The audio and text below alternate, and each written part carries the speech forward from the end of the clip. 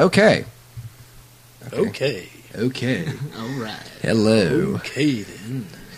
Oh, my. Oh, my. I can't do it. I'm sick, so I'm sick, too. Oh, yeah? Yeah. Yay! Let's make out.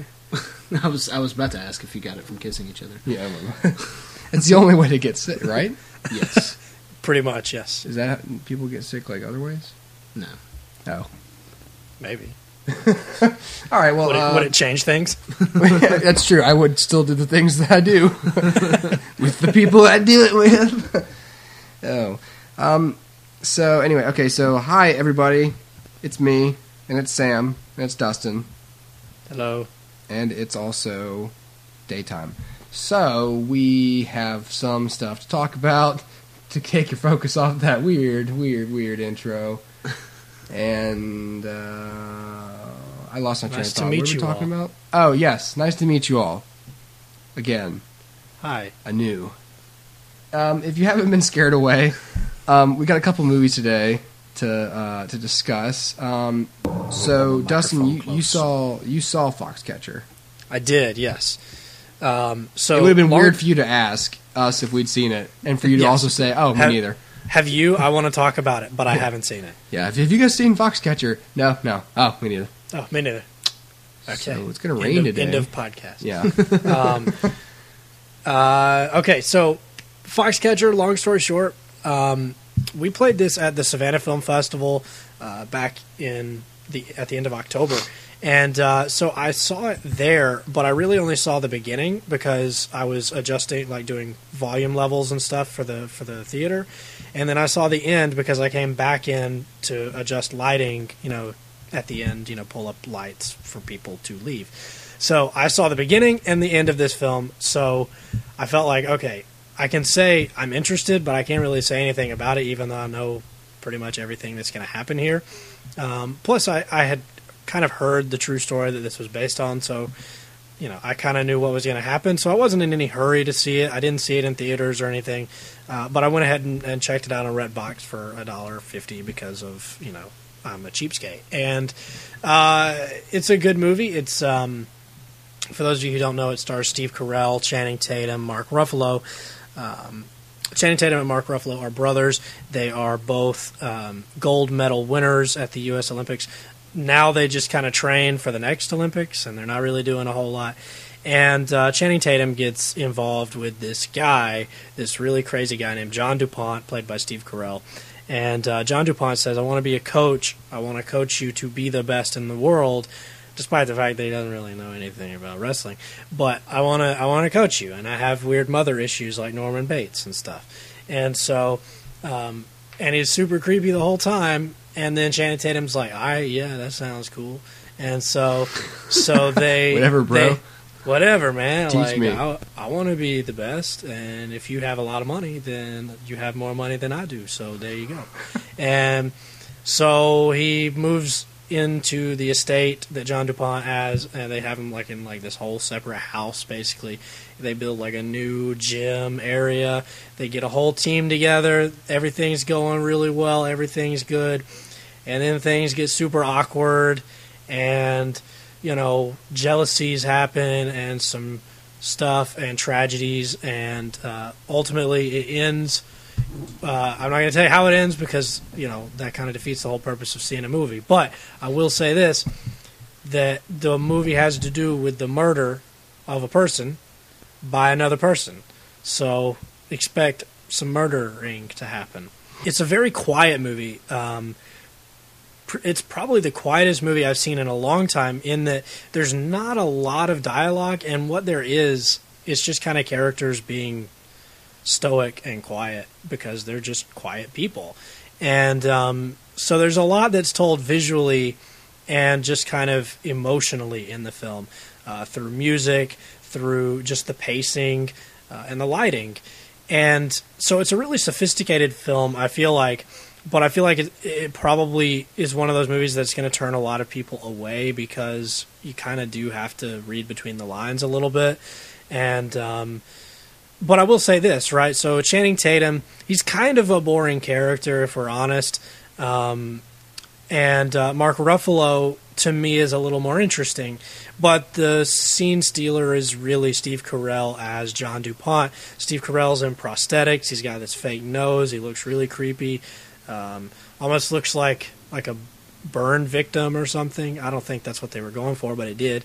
And he's a creepy old man who has a fascination with wrestling for unknown reasons. And yeah, I mean, you know what? Steve Carell's just creepy through this whole thing, and it's not unlike Norman Bates. That's why I brought that up a minute ago, because he's got mother issues. Norman Bates in the original Psycho film is a quiet character. I mean, he has a few lines, he talks here and there, but by and large, he's kind of this almost like a shell of a man kind of character. Like, there's a lot going on, but I'm not really going to talk about any of it because I'm kind of creepy and weird. And so to me, Steve Carell's John DuPont is a little bit like that. But Steve Carell proves that he really proves his dramatic chops here, even though I don't think anybody really questioned him. I mean, he's so good at comedy, you just kind of figure he can carry over. But from everything I hear, like with comedic actors doing drama, that it's actually like a pretty easy transition for them. Like they say it's harder to jump into comedy because it's such like a natural talent, but most of the people who do comedy have had like traumatic experiences or childhoods, or they just understand timing. No, this is true, and I think like you said, comedy's a natural kind of thing. It's something that can't really be taught. But drama you can learn. Drama is something that I feel like, I mean, there are plenty of drama schools out there. That's what they teach. That's what their name is. But yeah, I mean, I think you're right. Someone like Tom Cruise is going to have a hard time in a flat-out comedy. Although it was pretty cool in Tropic Thunder. But, Jack Nicholson in a comedy, I know he tried a few. I just don't think it's ever really going to work that much. But, you pull Steve Carell into a drama, and I think it's a pretty easy transition. He does a really good job. He's very creepy. And the film, like I said, it's slow and it's very quiet. But I think it's worth it just to see the downward spiral of these characters and the way that their lives kind of are forever changed. And, it's performed well also by Channing Tatum and by Mark Ruffalo, even though Channing Tatum's a little bit of a dull dud in the film. It's not his fault. It's just the character that was written. He doesn't have a lot to do. He's a very quiet guy, not super interesting. But so here's what I'll say. I would recommend this to people who are interested in knowing this story, who are interested in seeing Steve Carell do something dramatic for a change, and people who are just interested in sort of the non-dialogue communication in a film. So lighting, score, what are the real impacts of that on the audience? So for that reason, I think it's a really cool watch. But I do think that a lot of the people who probably will see this movie will probably be turned off by it. And that's not to say it's not a good movie. It's just that it's not as exciting as we've come to expect a 2014 movie to be. And it's not necessarily as outwardly like dialogue driven. And the characters aren't as open as most characters are. So I think for that reason, it probably has turned some of the public away from it. Like you watch it and you're like, well, that's it. That's over. I mean, the end. It doesn't really affect me at all. It's not one of those movies that's going to stay with you. But I do think that it's worth a rent. I mean, it's $1.50. I do think if you have an evening to kill and you want to just pop something in, this isn't a bad way to spend your time. But it's probably also not one that I'm going to go out and buy because it's not something that I think is rewatchable except for maybe like once. Right. So, it's a good movie, but it's not necessarily fun, and I wouldn't necessarily say that it's rewatchable, but I would say that you can learn a lot from it if you go in looking for those filmmaking techniques. Let me ask you something, because one thing I heard about it was that sort of like you mentioned, it's sort of the general public is turned off to it just because it's not as exciting or whatever. Mm-hmm. Do you think the fact that it's at least based on a true story do you think that adds to the entertainment value? Like I think it does. That's what drew you in more than the parts you had seen before? Yeah, I think so. When I first heard the movie was coming out, I did Google search the story. So, like I said, I kind of knew how it was going to end. I kind of knew how things were going to happen. But I think the public always has a hunger for things that have actually happened. That's why things like, court TV or, true crime or whatever it is, why these kind of reality shows stick around like they do. Because I think people really do want to see the twisted part of humanity, and they do want to see what actually happened and what this world is, not just from the mind of a writer, but from an actual person. So I think that is going to add to it, and I think a lot of people will probably check it out because of that also. But yeah, from what I read, they do take a few liberties with the actual story.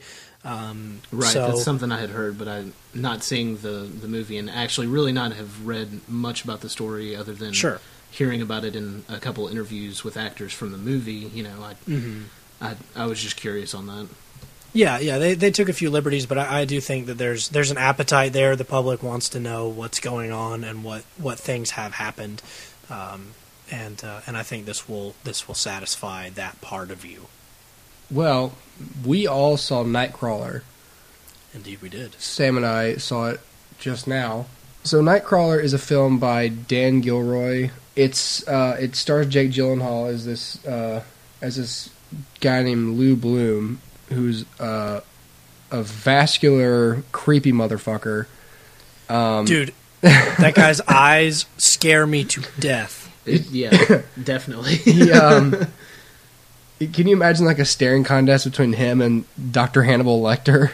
It would literally be like the world exploding. It's like dividing by zero. So yeah, it's about him, and it really is just about him. There are other characters, but they're not even supporting characters. Like, it is his story. It follows him. Yeah. And he's essentially, he's an unemployed pseudo thief who stumbles upon the profession of what's called being a nightcrawler, where it's kind of this guerrilla style filming where you go to these accidents or shootings or fires and stuff, and you film it, and then you try and sell your footage to local news stations.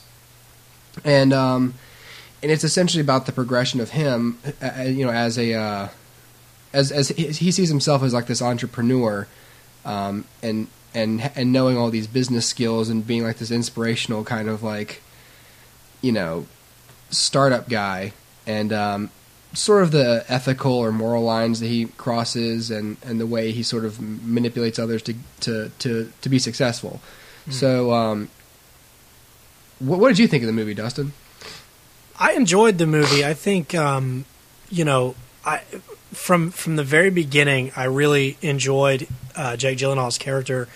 Even though I'm not a huge Jake Gyllenhaal fan, I enjoyed this character because, like you said, he's like this entrepreneur. He's basically a salesman. He's like the world's, best creepy salesman. Spoken creepy salesman. Yeah.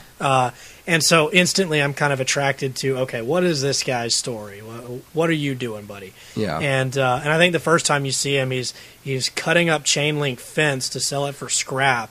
And when he gets caught, he beats the crap out of the guy that catches him, probably kills him. I don't know, but he steals his watch. Yeah, it is unknown. It is unknown. So he's a very creepy and instantly interesting character. So for that reason, I was instantly kind of brought into this world by him. As the viewer, as a spectator, you do stay with him the whole time, like you said. I enjoyed the film. I thought it was a fun ride. I think, it may have been a little draggy in the middle, but I think that by and large I was pretty entertained. And, it's very much his story. Part of me wishes some of these other side characters, that we had gotten to spend more time with them or gotten to know them a little better. But at the end of the day, that would have, I think, probably lost the focus that the film has. Yeah. But I think by and large, I enjoyed the film. I thought it was entertaining, and I thought that, it actually kind of had something to say too. So, what did you guys think? It was. I think they probably could have cut 10 or 15 minutes out of it. I think it is a little overlong. Yeah. But it's a testament to Jake Gyllenhaal's acting because, like I said, he's the singular focus of this film, and for him to be incredibly watchable in every single frame, you know, and like I liked the other characters as well as but like he's really good and really carries the movie. I mean, I even read that Dan Gilroy said like we of all Jake's lines in the movie, we changed maybe like one or two words, but almost everything he says is exactly as it's written on the page. And it's just it's this incredibly specific dialogue. I thought it built the tension really well. Like every time he would happen upon a crime scene, you keep thinking someone's going to pop out and be like, "What are you doing here?" Or something's going to happen to him, or And not only is something going to happen to him, but what is he going to do? Because, like you said, he crossed a few ethical and maybe even legal boundaries a few times, and it was questionable. But the character was so interesting because I felt like from one minute to the next, you didn't know where he was, like where his head was. It felt like one minute he's talking to someone and he sounds like a completely normal, albeit sort of hyper-focused. Yeah. But then the next minute he would suggest something that was completely crazy. Yeah. So it's true. It was very interesting to watch him just sort of... It wasn't like he turned it on and off, though. It's like you always knew that part of him was there. It just came out in certain parts of the movie and you were like, okay, well, this is where he's going. Yeah, whenever the movie was over, I kind of thought... I didn't think about it during, but I thought after... that it has a few similarities to something like Taxi Driver, in terms of here's this kind of shady, you never know where his head is at kind of character, and you're going to follow him mostly in the way that he kind of impacts the people around him, even though you're not really going to get to know many of them. So I felt like in some ways it was similar to Taxi Driver in that way, but I think this has a few colorful characters that I enjoyed, like Bill Paxton's character. Yeah. And what was the name of his employee? His name was Rick Garcia. Rick, played by an actor named Rick Garcia. Really? Yeah, we were looking at the credits. I said, "Wait, what?" That's crazy. Yeah. Yeah. That's weird. So there's him. There's Rene Russo. Yeah.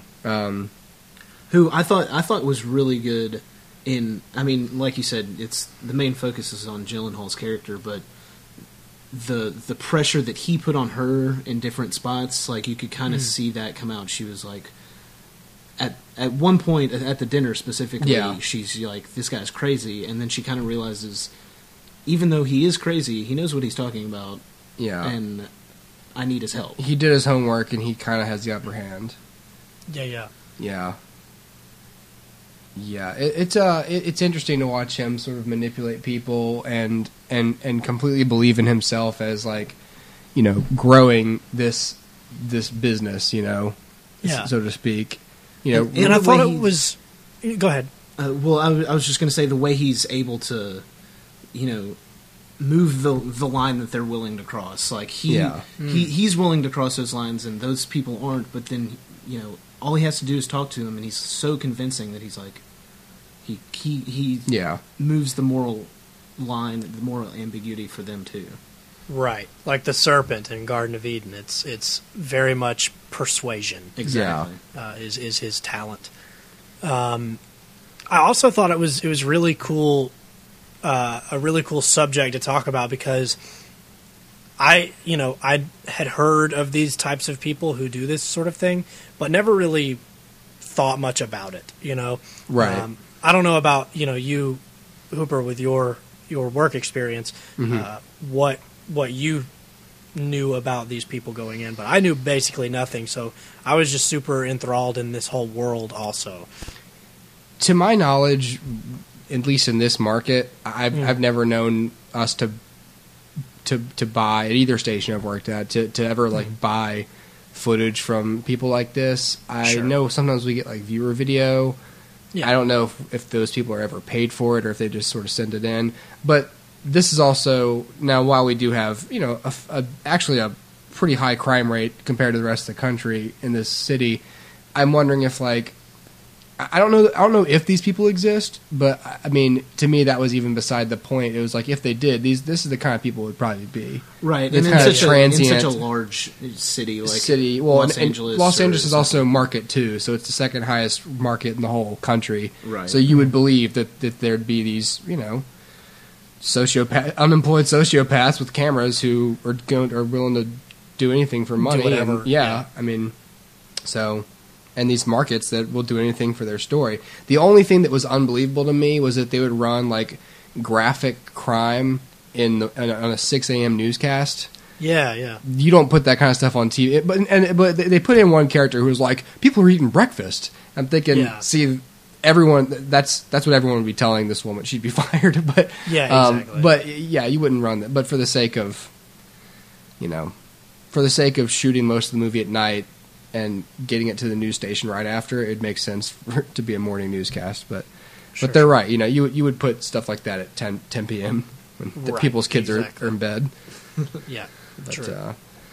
You know, but not when they're eating waffles. Right. And getting ready for school. Yeah. Yeah, exactly. But yeah, I think overall it was a really good piece of filmmaking. It was well shot. I think it was well paced, except, you know, for the most part, like you said, it kind of drags in certain areas. It doesn't really detract from the story, but so would not cutting out 15 minutes. You know, sure, it would have helped a little bit. Yeah, I checked my watch a little tighter. bit towards the middle. Yeah, yeah. I'd look down at the clock on the Blu-ray player and be like, how far into this are we? Yeah, but you know, it's a good piece of filmmaking and shot in Los Angeles. I know that for a fact too. Actually, yeah, which is weird these days. Yeah, it is. So, yeah, but good film. Yeah, I enjoyed it. I had a good time with it, and I would probably watch it again too. Yeah, I would. Yeah, I would. Now, here's the real question: would you be more interested if it was Nightcrawler, the X-Men, doing this? Honest to God, when I first heard just Nightcrawler and Jake Gyllenhaal was all I had heard and I was like, Jake Gyllenhaal's in a superhero movie? Yeah, they're going to paint him blue, and yeah. You know, it's weird. The Incredible Nightcrawler would have been a better Nightcrawler than these people because he can teleport. So he wouldn't have. He wouldn't need like a staff or a van or anything. Exactly. So I would love to see at least a skit with Alan Cumming that would explore that top, like a Fun Year Die. That would be legit. You know. Yeah. Yeah, that'd be cool. Can he teleport with a camera in his hand? Like, would the camera teleport too? Yeah, because he. Yeah, he wears like pants and stuff when he teleports. Yeah. Yeah, that's true. He doesn't teleport nude. Well, that would be a different film, and I'm sure Alan Cumming would be all over that film. Oh, yeah. That's all for this episode. Yeah. So, stay tuned, people. Yeah. Or Jake Gyllenhaal's creepy eyes will get you. Yeah. Yeah, Connor told me that right before we started the movie. He's like, Jake Gyllenhaal apparently practiced not blinking. I was like, that's really odd, but okay. And then the more, the further you get into the movie, you're like, this is actually getting creepy. Yeah. And also, like, how much can I learn to flex my eyes? Is that possible? It's like Kegels for your eyes. Yeah, I just tighten my eyes over and over until they pop out of my face to great effect.